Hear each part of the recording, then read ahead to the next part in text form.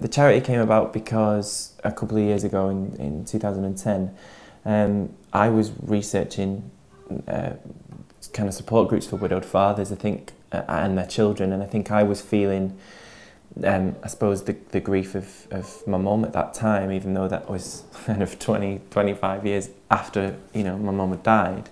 But I didn't know my mum at all when she died, so it was I was kind of finding her, and we went through all of mum's stuff, so, you know, letters and property, and then a wedding dress, which absolutely was horrendous. But so basically, yeah, I just started researching it to see what was out there. Found that there was absolutely nothing specifically for men, for widowed men, and you know, who were looking after children.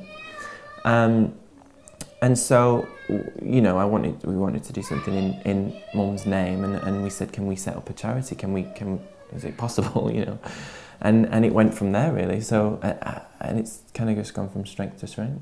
I think we, as James said, he's been probably on an eternal quest to find out information about his mum, which is a natural thing to want to do. Although he's done that at various stages through his life, probably culminating from his teenage years when it got very intense then, that he wanted to know everything, which is natural for a child to do, that having never known her.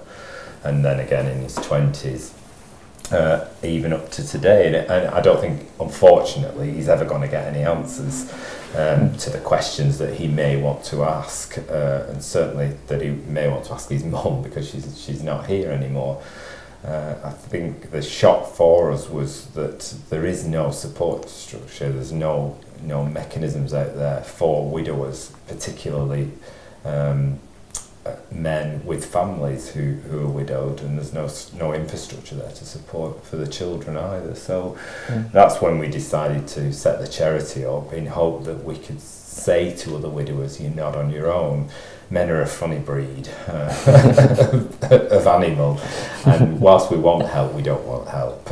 And whilst we know we need to ask for help, we're not going to ask for help. I don't think we want to be, Jennifer, we don't want it to be in the face of widowers. We want to be able to say, we're there, we understand, we can put you in touch with other widowers, we can put children in touch with other children from widowed families, and hopefully that we can bring some communicative network together within the UK, although the charity's taken off to such an extent that we're getting messages globally. So it's not just isolated to the UK, it's a worldwide problem.